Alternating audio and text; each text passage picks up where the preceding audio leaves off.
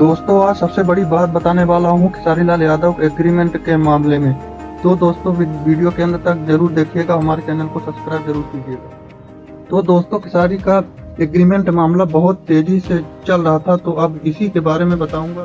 तो खेसारी लाल यादव का गाना एग्रीमेंट की वजह से 2-3 गाना आता था, लेकिन अब एग्रीमेंट का मामला पूरा समाप्त हो गया दोस्तों। जो कि खेसारी लाल यादव ने कहा कि कोई बात नहीं, जो हुआ तो हो गया। अब महीने में 2-3 गाना आता था, अब महीने में 10 से 15 गाना आप सभी के सामने आने वाला है। और खेसारी लाल यादव और नमिता मल्ला का सॉन्ग बहुत जल्द आने वाला है, यानी कि 4-5 दिन के अंदर में ही सॉन्ग आ जाएगा।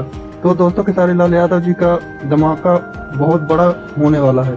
तो दोस्तों वीडियो को सब्सक्राइब कर लीजिएगा, क्योंकि पूरा अपडेट आपको दे सकूं। तो वीडियो पसंद आए तो लाइक कमेंट न भूलिएगा और हमारे चैनल को सब्सक्राइब जरूर कीजिएगा। जय हिंद, जय भारत।